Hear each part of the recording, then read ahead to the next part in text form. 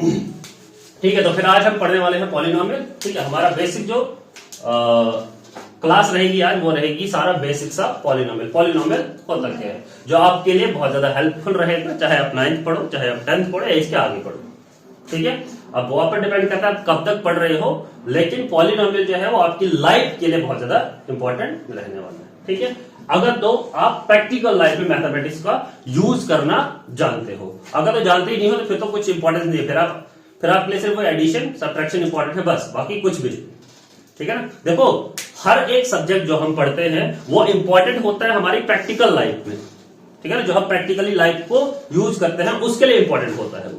ठीक, जैसे आपने एडिशन सीखा तो आप करते हो ना एडिशन। जैसे मैं अगर आपसे पूछूं अभी लड़के और लड़के कितने हैं यहाँ पे, है ना, तो आप गिनोगे ना, लड़कियां प्लस करोगे लड़के तो मिला के बन गए ना प्रैक्टिकल एप्लीकेशन, है ना। तो वैसे ही पॉलिनोमियल का भी क्या होता है, प्रैक्टिकल एप्लीकेशन होता है लाइफ में। अब बशर्ते आपको यूज करना आना चाहिए। ठीक है ना, तो हमारा टॉपिक रहेगा आज का पॉलिनोमियल।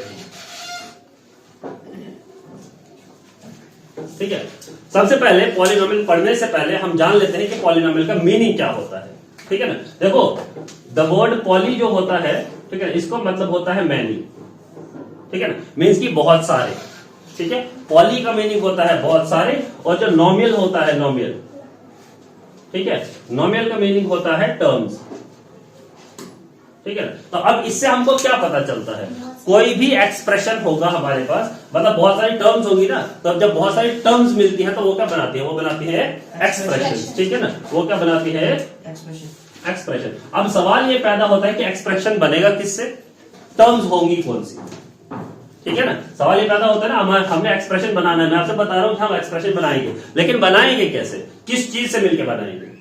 ठीक है ना, जैसे स्कूल बनता है ना, स्कूल सिर्फ बिल्डिंग से नहीं बनता है, वहां पे बच्चे भी होने चाहिए, सिर्फ बच्चे होंगे तो भी स्कूल नहीं होगा, है ना। मैं अगर आपसे बताऊं आपको स्कूल बनाना है तो वहां पे क्या होनी चाहिए, बिल्डिंग भी होनी चाहिए, बच्चे भी होने चाहिए, टीचर भी होना चाहिए, एडमिनिस्ट्रेशन भी होनी चाहिए, तभी जाके स्कूल चलता है ना। वैसे ही अगर मुझे पॉलिनोमियल में एक्सप्रेशन बनाने हैं तो किस चीज से बनाना है मुझे। ठीक है ना, अगर पॉलिनोमियल का कोई एक्सप्रेशन बनाना है मुझे तो मैं किस चीज से एक्सप्रेशन बनाऊंगा, वो डिपेंड करता है किस पे, वो डिपेंड करता है बेसिकली हमारे जो आप 8th से पढ़ के आए हुए हो अलजेब्रा से। ठीक है, जो हमने अलजेब्रिक एक्सप्रेशन सीखे हुए हैं 8th में, उन्हीं से बेसिकली मिलके बनेगा। बस एक थोड़ा सा जनरल फॉर्मूला होगा पॉलिनोमियल बनाने का, अलजेब्रिक एक्सप्रेशन बनाने के लिए कोई भी स्पेसिफिक फॉर्मूला हमारे पास नहीं होता है। ठीक है ना, तो बेसिकली हमारे पास दो जो मेन मुद्दे होंगे डिस्कस करने के लिए, वो रहेगा एक तो कॉन्स्टेंट्स और दूसरा रहेगा वेरिएबल्स।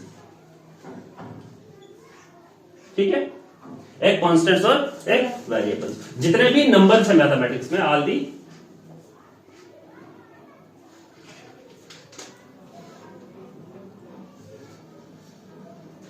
नंबर्स, जितने भी नंबर्स हमारे पास मैथमेटिक्स में हैं वो सारे के सारे रहेंगे कॉन्स्टेंट। जैसे हमारे पास 1 है, 2 है, 3 है, 4 है, 5 है एंड अप टू इनफिनिटी जितने भी नंबर्स है।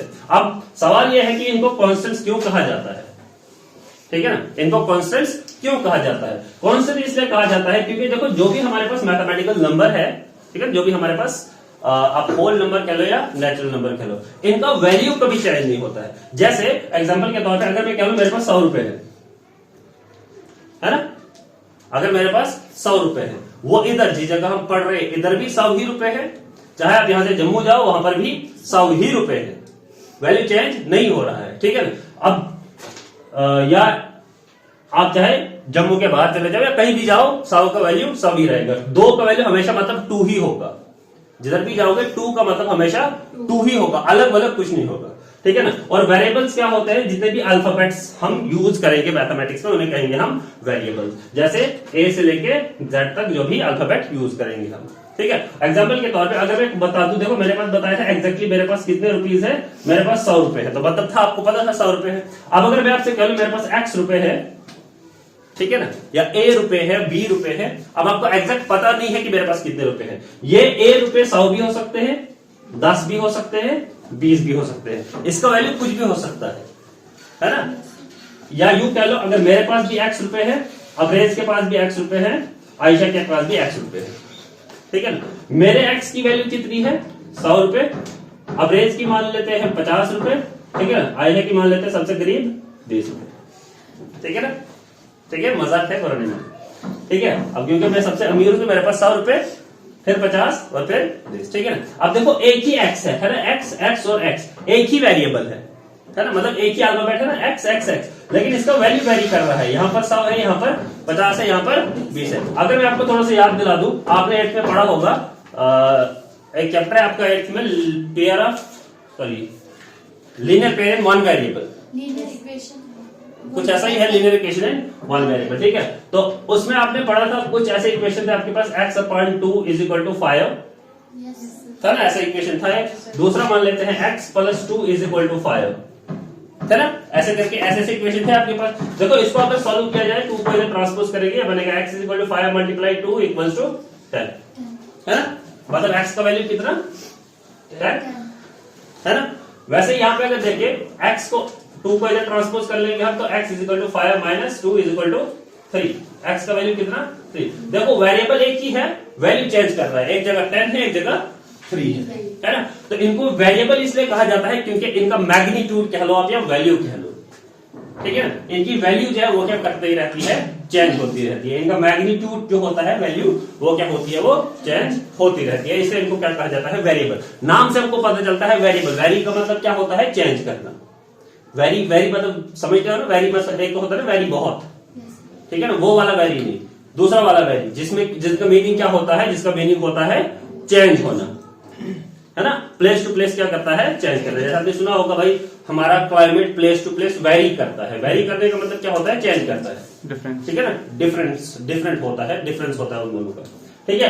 तो कांस्टेंट और वेरिएबल्स क्या होते हैं, हमारे मैन इंपॉर्टेंट होते हैं किसी भी एक्सप्रेशन को बनाने के लिए। अगर हमको चाहे अलजेब्रिक एक्सप्रेशन बनाना है, चाहे हमको पॉलिनोमियल एक्सप्रेशन है, अब हमको कोई पॉलिनोमियल बनाना है, ठीक है। अब बनाएंगे कैसे, देखो जब भी क्या करेंगे, constants and variables are combined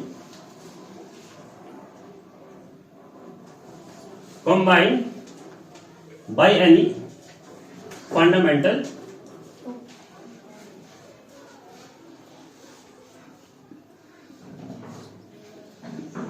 ठीक है ना। जब भी कांस्टेंट और वेरिएबल किसी भी फंडामेंटल ऑपरेशन से क्या होते हैं, कंबाइन होते हैं, दे फॉर्म एन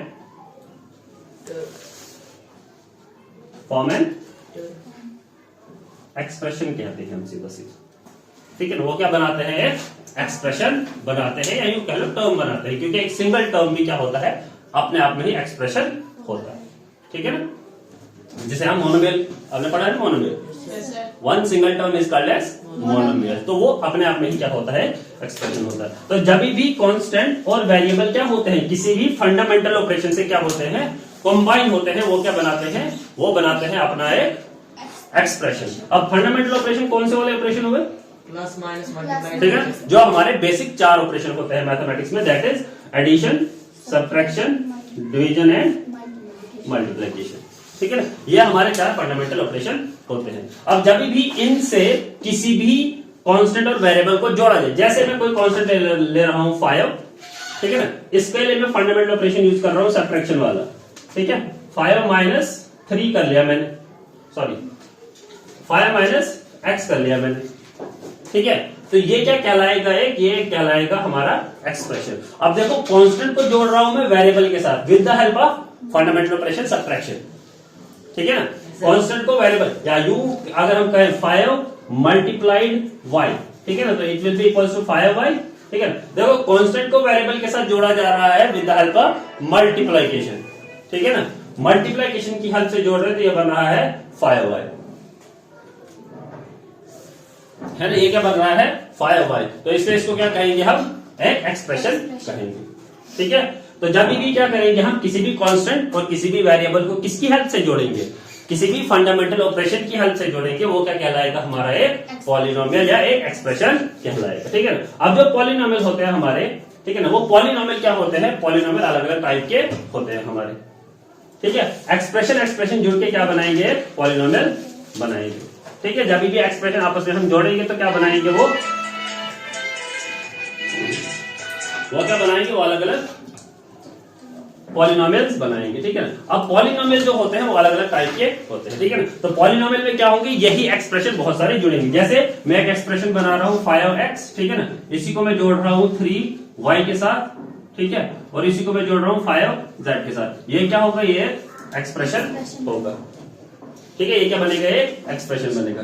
ऐसे एक्सप्रेशन जब आपस में जुड़ते जाएंगे तो वो क्या बनाएंगे, वो एक पॉलिनोमियल बनाएंगे। लेकिन पॉलिनोमियल ऐसा कभी नहीं होगा, ठीक है ना। इसे अलजेब्रिक एक्सप्रेशन कह सकते हैं हम, लेकिन पॉलिनोमियल ऐसा नहीं होगा। समझ आ रही है आपको? नहीं समझ रहे आप, मैं समझा देता हूं आपको, ठीक है।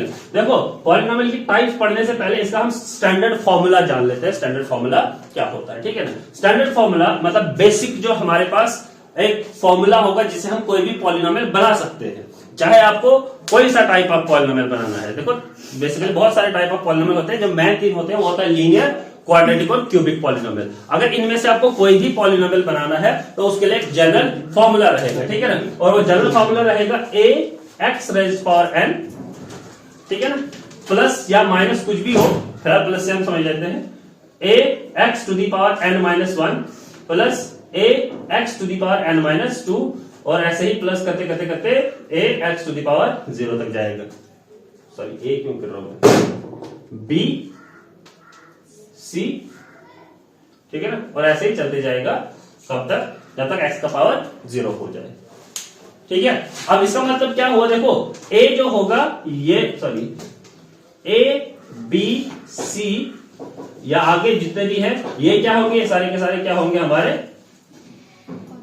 कांस्टेंट्स होंगे, ठीक है, ठीक है। ए बी सी जो है ना, ए बी सी, आगे डी जाएगा, ई एफ जी एच जितना भी जाएगा आगे, ये सारे के सारे क्या होंगे, हमारे कांस्टेंट्स होंगे, ठीक है ना। और वेयर एक्स जो है हमारे पास, ये क्या है, इस एक्सप्रेशन का वेरिएबल है, ठीक है ना। एक्स जो है वो क्या है, वेरिएबल है। और ये जो एन है ना, एन ऊपर लिखा हुआ है ना, N, A X to the power N, B X to the N power minus, sorry, N minus 1, C X to the power N minus 2। ये जो एन है ना, ये क्या होगा, ये कोई भी नेचुरल नंबर होगा, नेचुरल नंबर होगा। नेचुरल नंबर समझते हो क्या होता है, क्या होते हैं नेचुरल नंबर? बहुत बढ़िया, 1 से लेके इंफिनिटी तक जितने भी हो, 1 2 3 4 5 6 इंफिनिटी तक जो भी हो, उन्हें कहते हैं हम नेचुरल नंबर्स। यही होता है, ठीक है। अब अगर मुझे इसके अकॉर्डिंग कोई एक्सप्रेशन बनाना है, मैं अगर n का वैल्यू ले लेता हूं 3, ठीक है, n का वैल्यू मैंने 3 लिया हुआ है, तो एक्सप्रेशन क्या बनेगा, a x to the power 3, n का वैल्यू लिया है ना 3 मैंने, ठीक है, बाकी मैं सेम ही रख रहा हूं फिलहाल, ठीक है, प्लस b का वैल्यू कुछ भी लेने के बाद में, x तो x ही है। देखो मुझे क्या करना है, n माइनस 1, माने कि मुझे क्या करना है, 3 माइनस 1, n है ना 3, a x to the power n, तो a x to the power n, n मेरे किसके बराबर दिया हुआ है, 3 के बराबर, ठीक है। तो a x, सॉरी n क्यों लिखा मैंने, a x to the power 3, ठीक है, और b x to the power n minus 1 करना है, तो मैंने क्या 3 माइनस 1, ठीक है, plus c x to the power n minus 2 करना है, तो मैं कर रहा हूं 3 माइनस 2। अब ये तब तक चलते जाएगा जब तक x का वैल्यू क्या हो जाए, 0 ना हो जाए, मींस की 1 या 0 ना हो जाए, ठीक है ना। तो 3 माइनस 2 कर रहा हूं, मतलब मुझे कहां तक करना है, मुझे 3 माइनस 3 तक करना है ये, ठीक है, तभी हो जाएगा 0, ठीक है। तो उसके बाद होगा plus A B C D X to the power, देखो n माइनस 1 क्या, पहले n माइनस 2 आप करेंगे n माइनस 3, माने कि मुझे करना है 3 माइनस 3, ठीक है ना। इतना हमारा क्या बनेगा, ये एक्सप्रेशन बनेगा। तब तक हम आगे के लिए बढ़ते जाएंगे जब तक n में से n माइनस ना हो जाए। जो हमारा पावर है ना n नेचुरल नंबर, जब तक इस नेचुरल नंबर में से इसका ही इक्विवेलेंट माइनस ना हो जाए तब तक हम क्या नहीं करेंगे, रुकेंगे नहीं, तब तक हम एक्सप्रेशन बनाते जाएंगे, ठीक है। तो ये बनेगा कुछ a x to the power 3 plus b x to the power 2, 3 minus 1 is equal to 2, ठीक है, plus c x to the power 3 minus 2 is equal to 1, मान लिखो या ना लिखो, और ये क्या बनेगा plus d x to the power 0, ठीक है ना। अब अगर मैं आपसे एक सवाल पूछूं, x to the power 0 equal to किसके बराबर होता है, 1, क्यों होता है 1 के बराबर, कोई बता सकता है क्यों होता है 1 के बराबर? देखो आपने पावर्स एंड एक्सपोनेंट्स करके एक चैप्टर पढ़ा होगा, आपने उसमें पढ़ा होगा anything raised to power 0 equals to 1, ठीक है ना। क्यों 1 के बराबर होता है, डिटेल कहानी बाद में जानेंगे कभी, तो आप ख्याल याद रख लो, anything raised to power 0 equals to 1। अगर आपसे कोई पूछे कि 100 रेज्ड टू पावर 0 किसके बराबर, 1 के बराबर, क्यों 1 के बराबर है वो अलग कहानी, ठीक है। तो anything raised to power 0 equals to 1, अगर x टू दी पावर 0 1 के बराबर है, तो ये कुछ ऐसे लिख सकता हूं मैं, ax cube plus bx square plus C X plus D लिख सकता हूं मैं सीधा इसको, Yes, sir. क्योंकि ये बनेगा ना D multiply X to the power 0 equal to 1, D one जार डी ही लिख सकते हैं हम, ठीक है ना। अब चाहे आप ए बी सी डी का वैल्यू कुछ भी ले लो, अगर मैं मान लेता हूं ए का वैल्यू है A equals to 3, B equals to 7, C equals to 1 and D equals to 5, ठीक है ना। तो ये वैल्यू अगर मैं यहां पे पुट करूं, ये बनेगा 3x cube plus bx square plus x 7x square plus d equal to 5 बनेगा कुछ ऐसे ही एक्सप्रेशन, ठीक है ना। तो जब भी हमको इस फॉर्मेट में कोई भी एक्सप्रेशन मिले, ठीक है ना। अब इस फॉर्मेट का होने का मतलब क्या है, जब भी एक्सप्रेशन कुछ ऐसा हो जो इसको सेटिस्फाई करता हो, जो हमारा जनरल फॉर्मूला है पॉलिनोमियल का, जब भी एक्सप्रेशन उस फॉर्मेट में हो कि जो जनरल फॉर्मूला पॉलिनोमियल को क्या कर ले, सेटिस्फाई कर ले, हम कहेंगे कि that expression is a polynomial. समझे? समझ आ रही है आपको? नहीं, एक बार फिर से मैं बोलता हूं, जब भी कोई एक्सप्रेशन ऐसा हो कि जो हमारे इस वाले फॉर्मूला को, जो जनरल फॉर्मूला पॉलिनोमियल का है, उसको सेटिस्फाई करे, हम कहेंगे कि that expression is a polynomial. समझे? अगर नहीं समझे, जैसे देखो एक एग्जांपल ले लेते हैं। जैसे अगर मैं कहूं 5x square plus 3x plus 2, ठीक है, इक्वल टू कुछ भी हो, फिर देखते हैं बाद में, ठीक है। क्या ये एक्सप्रेशन इस फॉर्मूले को सेटिस्फाई कर रहा है? No, sir. ये जो एक्सप्रेशन है क्या इस वाले फॉर्मूले को सेटिस्फाई कर रहा है? No, sir. कर रहा है। देखो x का पावर पहले 2 था, है ना, फिर 1 है ना, फिर यहाँ पे x का पावर 0 लिखो तो 1 होगा, तो 2 1 2 ही बनेगा ना। Yes, sir. समझे? Yes, sir. अभी भी नहीं समझा आप लोग, है ना। फिर से बताते हैं। देखो जब भी कोई एक्सप्रेशन इस वाले फॉर्मूला को सेटिस्फाई करे, ये वाला फॉर्मूला आप समझ गए ना, ये वाला फॉर्मूला तब मैं यहां से बता रहा था ये आपको सॉल्व करके, ताकि ये वाला फॉर्मूला आप समझ पाओ। ये वाला फॉर्मूला समझे ना? Yes, sir. ठीक है ना। मतलब क्या होगा, कांस्टेंट और वेरिएबल तो होगा ही होगा। अब जरूरी नहीं है वेरिएबल x ही हो, वेरिएबल कुछ भी हो सकता है, y हो सकता है, a हो सकता है, b हो सकता है, c हो सकता है, z तक कुछ भी हो सकता है, ठीक है ना। अब सेटिस्फाई कहां से करेंगे हम? इसकी पावर से, जो ऊपर पावर दिया जाता है ना, डिग्री जो दिया जाता है पॉलिनोमियल का, जो पावर होती है ऊपर, वहां से सेटिस्फाई करेंगे। हम देखेंगे कि क्या इसके पावर्स डिक्रीज हो रहे हैं या नहीं हो रहे हैं।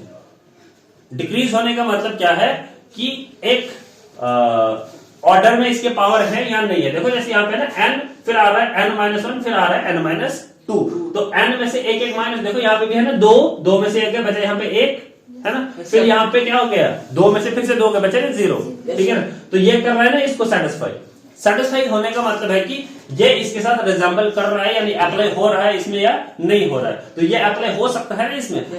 अगर इस वाले फॉर्मूला में मैं n की वैल्यू 2 मान लूं, तो यहां पे मैं लिख लूं 5x to the power 2, Yes, sir. लिख सकता हूं। देखो अगर मैं इस वाले फॉर्मूला के लिए n की वैल्यू 2 मान लूं, तो मैं यहां पे लिख सकता हूं a 5 है, x तो x ही है, और n का वैल्यू कितना लिखा मैंने 2, तो प्लस में लिख सकता हूं ना b का वैल्यू 3x, n का पावर 2 माना हुआ मैंने 2 - 1 Yes, sir. लिख सकता हूं ना। Yes, तो sir. 2 - 1 इक्वल टू 1 ऊपर लिखने की जरूरत है नहीं हमको, तो बन गया ना 3x, Yes, sir.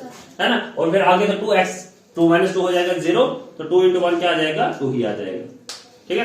कहने का मतलब ये है कि कोई भी एक्सप्रेशन, जैसे अगर एग्जांपल हम ले लें ये वाला एक्सप्रेशन 5,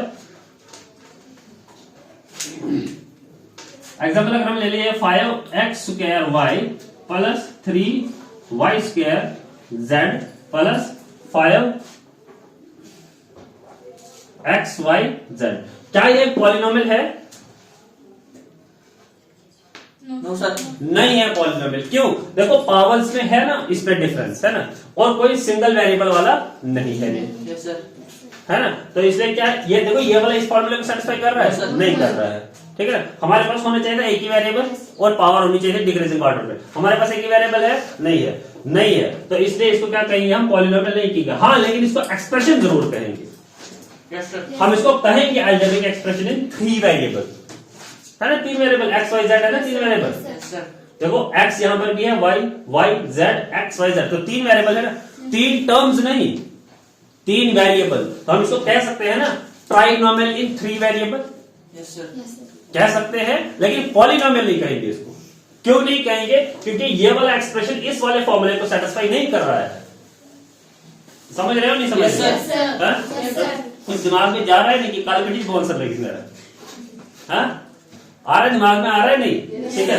तो जब भी कोई एक्सप्रेशन इस जनरल फॉर्मूला ऑफ पॉलिनोमियल को सेटिस्फाई करे तो हम कहेंगे that is a polynomial, else is just an algebraic expression. यही था एक माइनर सा डिफरेंस अलजेब्रिक एक्सप्रेशन में और पॉलिनोमियल में। पॉलिनोमियल के लिए एक हमारे पास स्टैंडर्ड फॉर्मूला है, अलजेब्रिक एक्सप्रेशन के लिए कोई भी स्टैंडर्ड फॉर्मूला नहीं है। हम सिर्फ सीधे देखेंगे, दो टर्म है तो बाइनोमियल, एक टर्म है तो मोनोमियल, तीन है तो ट्राइनोमियल, ठीक है ना। एक वेरिएबल है तो मोनोमियल, वन वेरिएबल, दो वेरिएबल, जैसे कि मैं लिखूं 3xy, तो ये है मोनोमियल, लेकिन है कितने वेरिएबल, दो है ना, x और y, तो हम कहेंगे मोनोमियल 2 वेरिएबल। समझ आ रही है नहीं, ठीक है ना। तो जब भी क्या होगा, कोई भी एक्सप्रेशन इस वाले फॉर्मूले को सेटिस्फाई करेगा, that expression will be a polynomial, ठीक है ना। उसको क्या कहेंगे, हमें पॉलिनोमियल कहेंगे, ठीक है ना। अच्छा, उसके बाद कुछ टाइप्स ऑफ पॉलिनोमियल फॉर्मूला में यहां पे दोबारा से लिख लूंगा, ठीक है। जनरल फॉर्मूला जो है पॉलिनोमियल क्या है, वो है ax to the power n minus 1 plus bx to the n minus 1 plus cx n minus 2 plus आपको जहां तक पहुंच सके हम, ठीक है।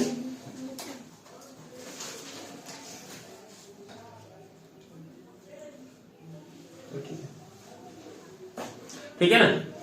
और जिसमें आपको पता है ए क्या है, A B C are variable, sorry constants, ठीक है ना। लिख लेते हैं वियर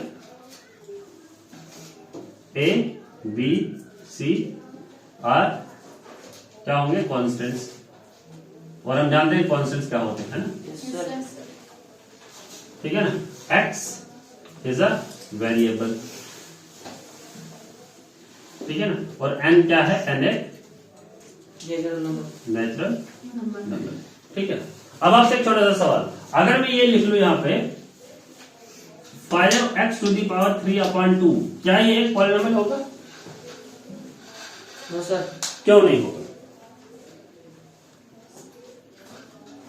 ये डिवीजन में एग्जैक्टली, क्योंकि हमने क्या देखा, n क्या होना चाहिए, नेचुरल नंबर होना चाहिए, और ये नेचुरल नंबर नहीं है, ये रैशनल नंबर है ना। पढ़े है ना आपने रैशनल नंबर क्या होते हैं, है ना। तो ये नहीं है नेचुरल नंबर, ये क्या है, ये रैशनल नंबर है, या यू कह लो फ्रैक्शन है। तो फ्रैक्शन नहीं ना होना चाहिए हमारे पास। हमारे पास n क्या है, n क्या है, नेचुरल नंबर, माने कि 1 2 3 4 ऐसे करके होना चाहिए हमारे पास, ठीक है। ऐसे नहीं, अगर मैं लिख लूं ऐसे 5y टू दी पावर √2, तो क्या ये एक पॉलिनोमियल होगा? नहीं होगा। क्यों? क्योंकि n नेचुरल नंबर नहीं है अभी, है ना। हाँ, अगर ऐसे हो 5y टू दी पावर √4, क्या इसको पॉलिनोमियल कहेंगे? No sir. इसको कहेंगे भाई, √4 इक्वल टू 2, तो मतलब ये 5y स्क्वायर है ना। Yes sir. √4 2 के बराबर होता है ना। अरे यार क्या कर रहे हो आप, इसको मैं ऐसे नहीं लिख सकता हूँ 5y √2 whole square, square root काट लूं तो बनेगा 5y स्क्वायर। तो ये पॉलिनोमियल है ना, पॉलिनोमियल। अब यूं नहीं, आप अगर ऐसे देखोगे, बोलोगे भाई सिर्फ 5y स्क्वायर है, तो ये पॉलिनोमियल कैसे हुआ? तो मैं इसको आगे लिख सकता हूँ ना, 5y to the power 0, sorry मैं इसको लिख सकता हूँ 0y plus 0y to the power 0, इसको लिख सकते हैं ना आगे। मतलब वेरिएबल विद दी पावर 1 कुछ भी नहीं है, वेरिएबल विद दी पावर 0 भी कुछ नहीं है, ठीक है ना। तो दिस इज अ पॉलिनोमियल, समझ रहे हो आप? ठीक है, बहुत बड़े पॉलिनोमियल समझ गए ना क्या होता है, ठीक है ना। कोई भी ऐसा एक्सप्रेशन जो क्या करे, जो इस वाले फॉर्मूले को सेटिस्फाई करे, जिसमें a b c क्या है, कांस्टेंट है, और x हमारा क्या है, वेरिएबल। अब जरूरी नहीं x ही हो, ये y भी हो सकता है, z भी हो सकता है, a b c कुछ भी हो सकता है, ऐसे लेके z तक x की जगह पे, ठीक है। जिसमें a b c क्या होंगे, कांस्टेंट, x क्या होगा, वेरिएबल, और n क्या होगा, हमारा नेचुरल नंबर होगा, ठीक है। अब उसके बाद कुछ टाइप्स पॉलिनोमियल के, कुछ अपने अपने टाइप्स होते हैं, ठीक है। अब पहले टाइप पढ़ने से पहले एक चीज जान लेते हैं हम, जो भी पॉलिनोमियल का हाईएस्ट पावर होता है, कोई भी पॉलिनोमियल लिख रहा हूं, जैसे मेरे यहाँ पे दो पॉलिनोमियल थी, polynomial 5x³ plus 3x² plus 2x plus 5 लिख रहा हूं एक 2y⁴ plus y³ plus y to the power 2 plus 3y plus 7, ठीक है। एक और लिख लेते हैं 2x² प्लस 3x प्लस 4, ठीक है। 3x plus 4। ठीक है, ये 4 पॉलिनोमियल है हमारे पास। Yes sir. ठीक है ना। अब इन पॉलिनोमियल में हर एक वेरिएबल पे अपना अपना पावर है, यस है ना। सर। जैसे इस पे 4 है, 2 है, 1 है, यहाँ पे कुछ नहीं, 4 सॉरी यहाँ पे 3 था, 4 3 2 1, फिर कुछ नहीं, 2 1 और कुछ नहीं। जिसके ऊपर कुछ नहीं पावर होता है उसके ऊपर 1 होता है। ठीक है, याद रखना। इसके ऊपर कुछ नहीं तो मतलब 1 है, यहाँ पे 1 है और यहाँ पे कुछ भी नहीं। हर एक जगह वेरिएबल का अपना अपना पावर है। ठीक है ना। अब देखो, अगर मैं सिंपली आपसे वेरिएबल का पावर पूछा तो बता दो कि मैं अगर पूछूं इस x का पावर कितना है तो आप बता दोगे 1। इस x का पावर मैं पूछूं तो आप बता दोगे 2 है। इसका पूछा आप बता दोगे 4। इस y का पूछा आप बता दोगे 4। इसका मैं पूछा आप बता दोगे 2 है। लेकिन अगर मैं आपसे पूछूं इन जनरल इस पूरे पॉलिनोमियल का पावर क्या है, आप बता सकते हो? इन जनरल पूरे पॉलिनोमियल का पावर कितना होगा? 6। और कोई बताना चाहेगा? अरे बोल लो भाई, थोड़ी क्या सुनो। हाँ, ट्राई तो मार लो एक बार। Yes sir. 6 और सहमत हो सब लोग? 6 होगा पावर। Yes sir. ठीक है, लेकिन 6 नहीं होगा। ठीक है ना। जो भी वेरिएबल मतलब जो भी वेरिएबल हमारे पास पॉलिनोमियल में होगा, हमको पता चला ना पॉलिनोमियल में एक ही वेरिएबल होगा, उस वेरिएबल का जो हाईएस्ट पावर होगा that will be the power of the polynomial. देखो यहाँ पे x वेरिएबल है, x वेरिएबल है, x वेरिएबल है, आगे भी x ही होगा। इस x का हाईएस्ट पावर क्या है इस पॉलिनोमियल में? 3। इसी को कहेंगे हम पावर क्या होगा इसका? 3। पूरे पॉलिनोमियल का पावर क्या होगा? 3 होगा। और इस पावर को कहा जाता है डिग्री ऑफ द पॉलिनोमियल। इस पावर को क्या कहते हैं हम? Degree of the. इसी पावर को क्या कहते हैं हम? डिग्री ऑफ द पॉलिनोमियल कहते हैं। समझ आ रही है? ठीक है। अगर मैं आपसे पूछूं इस एक्सप्रेशन का या इस पॉलिनोमियल का डिग्री क्या होगा, अब डिग्री के टर्म में बात करेंगे हम। इसका डिग्री क्या होगा? इसका डिग्री होगा 4। इसका क्या होगा? 2। बहुत बड़े आप समझदार बच्चे हो। इसका क्या होगा? 1। ठीक है। तो किसी भी एक्सप्रेशन का highest power of the variable is called as the degree of that particular polynomial. ठीक है। Yes sir. किसी भी पॉलिनोमियल में उस वेरिएबल का जो हाईएस्ट पावर होगा that power will be the degree of that particular polynomial. ठीक है ना। अब इन्हीं डिग्री के बेस पे हमारे पास 3 मेन तरह के क्या है? पॉलिनोमियल है। बेसिकली 4 है, फिलहाल हम एक वाला छोड़ देते हैं। ठीक है। ठीक है, तो इन्हीं पावर्स या इसी डिग्री के बेस पे हमने क्या किया है? पॉलिनोमियल्स हमारे पास बहुत सारे हैं, लेकिन हमको पढ़ने हैं बेसिकली 3 तरह के। ठीक है। हमारे पास देखो हर एक डिग्री का अपना एक पॉलिनोमियल होगा। डिग्री 5 होगा तो उसका अलग सा पॉलिनोमियल कहेंगे हम। ठीक है। डिग्री 2 होगा तो उसका अलग सा पॉलिनोमियल, 3 होगा तो अलग सा पॉलिनोमियल। इसी डिग्री के बेस पे डिग्री ऑफ द पॉलिनोमियल समझ गए आप क्या होगा? क्या कहेंगे degree of polynomial? Highest power of the polynomial या वेरिएबल या पॉलिनोमियल का हाईएस्ट पावर जो होगा उसे क्या कहेंगे हम? डिग्री ऑफ द पॉलिनोमियल कहेंगे। इसी डिग्री के बेस पे हमने क्या किए हैं? पॉलिनोमियल को क्लासिफाई किया हुआ है, जो हमको मेन 3 कैटेगरीज पढ़नी है। पहला वाला टाइप होगा हमारे पास या पहला वाला क्लासिफिकेशन होगा लीनियर पॉलिनोमियल। ठीक है। पहला वाला क्लासिफिकेशन क्या होगा हमारे पास? लीनियर पॉलिनोमियल होगा। लीनियर पॉलिनोमियल किसे कहेंगे हम? लीनियर पॉलिनोमियल हम उसे कहेंगे जब भी पॉलिनोमियल का हाईएस्ट डिग्री क्या हो, या यूं कह लो कि डिग्री ऑफ द पॉलिनोमियल कितना हो?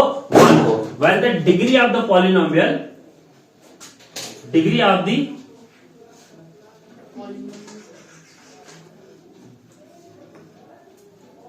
Polynomial is 1।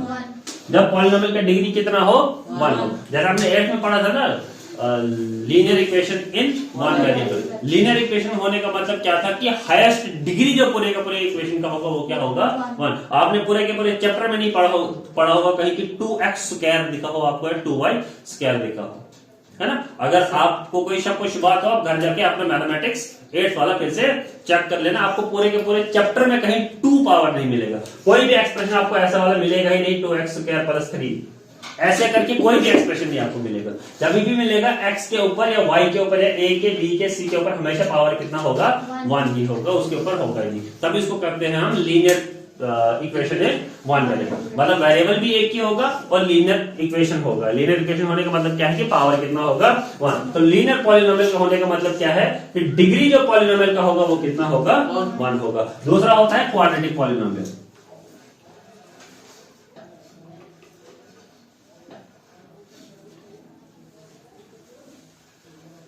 ठीक है, दूसरा होता है क्वाड्रेटिक पॉलिनोमियल। क्वाड्रेटिक पॉलिनोमियल किसे कहेंगे? जिसमें डिग्री जो होगा, डिग्री ऑफ दी पॉलिनोमियल जो होगा कितना होगा वो 2 होगा। डिग्री ऑफ द पॉलिनोमियल कितना होगा मींस की हाईएस्ट पावर जो पॉलिनोमियल के वेरिएबल पे होगा वो कितना होगा 2 होगा। ठीक है, मतलब n का वैल्यू जो होगा वो कितना होगा 2। ये स्टैंडर्ड फॉर्मूला है ना हमारे पास। इस n का वैल्यू जब 1 होगा तो कौन सा वाला पॉलिनोमियल होगा? Linear polynomial. इस n का वैल्यू जब 2 होगा तो कौन सा होगा? Quadratic polynomial. तीसरा होता है क्यूबिक पॉलिनोमियल। एक होता है जीरो पॉलिनोमियल, भी वो पढ़ नहीं रहे हैं हम। ठीक है, तीसरा होता है क्यूबिक।